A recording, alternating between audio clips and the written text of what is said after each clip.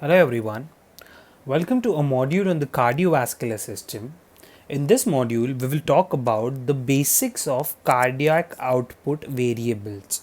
Okay, so let's go with the first one, that is the stroke volume. Now, what is stroke volume? Stroke volume is the amount of blood released by the left ventricle per heartbeat. Okay, so it is the amount of blood released by the left ventricle per heartbeat. Is it clear? Now, the stroke volume is affected primarily by three things, that is, the contractility, the afterload, and the preload. Okay, I'll talk about each of them in great depth, but just for now, remember that it is affected by contractility, afterload, and preload. Is it clear? Now, the stroke volume increases with increase in the contractility, increases with the increase in the preload, okay, and decreases with afterload. Is it clear? So, the stroke volume decreases with afterload, increases with the increase in the preload, and increases with contractility. Now, there is an increase in contractility in anxiety or exercise. There is an increase in the preload in early pregnancy, and the stroke volume decreases in when there is a afterload. Is it clear? Now, when there is a heart failure, there is a decrease in the stroke volume, okay, which can be either a systolic or a diastolic dysfunction. But for now, just remember that stroke volume is affected by contractility, afterload, and preload. And how is it related? Increase in the stroke volume with increase in contractility, increase in preload, and decrease in afterload. Is it clear? Now let us talk about contractility specifically. Okay, so the contractility is basically the ability of a muscle fiber to contract. Correct. Contractility increases with catecholamine stimulation via beta 1 receptors. Okay, so it basically occurs in two different mechanisms. The first one is by phospholaband phosphorylation. Okay, now in this mechanism, when there is an activated protein kinase A, it leads to phospholaband phosphorylation, which leads to active calcium ATPase channel. That means the calcium ATPase channel present in the sarcomere of the cardiac muscle activates, okay, which leads to increase in the calcium storage in the sarcoplasmic reticulum. So the contractility primarily increases because of the increase in the calcium storage in the sarcoplasmic reticulum. Is it clear? So this is the first mechanism. The second mechanism is the activated protein kinase A does the calcium channel phosphorylation. Now, when these channels are phosphorylated, it leads to an increase in the calcium entry. Correct. Now, this increase in the calcium entry leads to a mechanism which is called as calcium induced calcium release. Okay. That means the calcium itself pulls in the other calcium molecules, and hence there is an increase in the storage in the sarcoplasmic reticulum. So even here there is a increase in calcium storage. Is it clear? So these are the major mechanisms by catecholamine which increases the contractility. The other mechanisms is increasing the intracellular calcium or decreasing the extracellular sodium. Now what happens is when the sodium extracellularly decrease, there is a decrease in the activity of sodium calcium exchanger, which eventually leads to increase in the intracellular calcium. Is it clear? Now there can be also increase in the contractility by action of digitalis. Okay, so what does digitalis do? Digitalis or digoxin blocks the sodium potassium pump. Now due to blockade on the sodium potassium pump, there is an increase in the intracellular sodium. Now when there is an increase in the intracellular sodium, there is a decrease in the sodium calcium exchanger activity. Correct, and hence eventually leads to increase in the intracellular calcium. Now these are the mechanisms by which contractility is increased. But how is contractility or the stroke volume decreased? It is decreased by using beta blockers, which leads to decrease in the cyclic ANP, or contractility is decreased in the heart failures with systolic dysfunction. It is often decreased in acidosis, it is decrease in hypoxia, that means decrease in the oxygen content or the PO2, or hypercapnia, that is increase in the PCO2. It can also be decreased by dihydropyridine calcium channel blockers like Verampil or diltiazem. Is it clear? So these are the multiple mechanisms by which contractility is decreased. So are we clear with stroke volume and contractility? Now let us go to the other two, that is afterload and preload. Okay. Now what is basically preload? Preload is the amount of blood loaded into the left ventricle that stretches the fibers before the contraction. That means it is the load which allows the muscle fiber to stretch. Okay. And this stretch results in maximal output.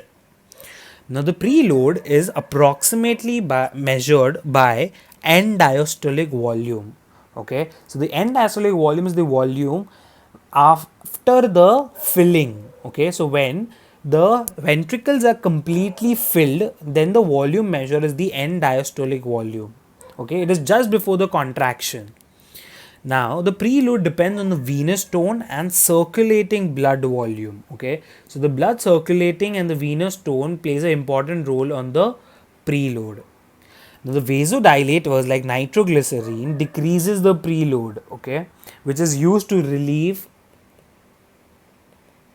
angina pain. Is it clear? So this is basically preload in a very small summary. And what is afterload? Afterload is the resistive force of the blood to be pulled out of the ventricle. Okay, so it is the resistive force from the external medium which doesn't allow the blood to be pulled out or pushed by the ventricle. Now, the afterload is approximated by mean arterial pressure. Okay, so it is majorly measured or approximated by mean arterial pressure, and there is an increase in the afterload when there is an increase in the wall tension per Laplace's law. Okay, so when there is an increase in the wall tension, there is an increase in the pressure which leads to increase in the afterload. Example, aortic stenosis or hypertrophic cardiomyopathy. Okay, now the left ventricle compensates for the increase in the afterload by thickening and causing hypertrophy in order to decrease the wall stress. Is it clear? So when there is excessive pressure, the walls of the left ventricle thickens to reduce the stress on the wall.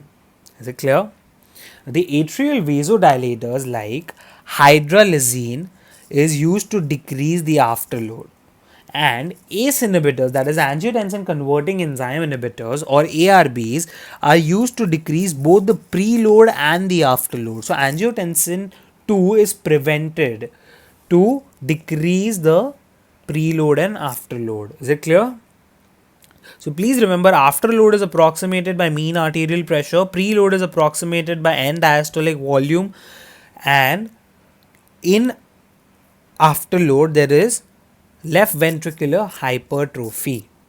Now, chronic hypertension, which leads to increase in the mean arterial pressure, leads to left ventricular hypertrophy. Why is that? Because increase in the mean arterial pressure leads to increase in the afterload, and increase in the afterload leads to left ventricular hypertrophy. Is it clear? Now, let us talk about the last variable, which is the myocardial oxygen demand. Okay, so it is the demand or the oxygen content required by the myocardium. Okay, now myocardial oxygen demand is increased by multiple things, and it is not like stroke volume. Okay, it is very different from stroke volume. Now, stroke volume increases with contractility, so does the myocardial oxygen demand. The stroke volume decreases with the afterload, but myocardial oxygen demand increases with the afterload since it is proportional to arterial pressure. The myocardial oxygen demand increases with the heart rate, and it increases with the diameter of the ventricle. Just remember it like the amount of energy required by the heart to push the blood out. So if the amount of energy required increases if the resistive force is high, or the work done is high, or the length of the vessel is high. Is it clear? Now the wall tension follows Laplace's law. Okay, so this pressure or the diameter of the ventricle follows Laplace's law. So let us just talk about the various formulas of Laplace law. The tension is calculated by pressure into radius. Calculated by pressure into radius. So wall tension is equal to the pressure into the radius, and the wall stress is calculated as tension upon the thickness or the area into 2. Is it clear? So the wall stress is equal to tension upon 2T. So the tension is pressure into radius upon 2T. So this is the formula for wall stress. Is it clear? And so when there is an increase in the radius or there is an increase in the diameter, the stress increases. That means the afterload increases, and hence there is excessive myocardial oxygen demand. So these are the basic 5 variables of cardiac output. Please check out the cardiac output equations video and relate these variables to those equations. Okay. Thank you for watching this video. If you enjoyed the video, please click on the like button and do subscribe to this channel.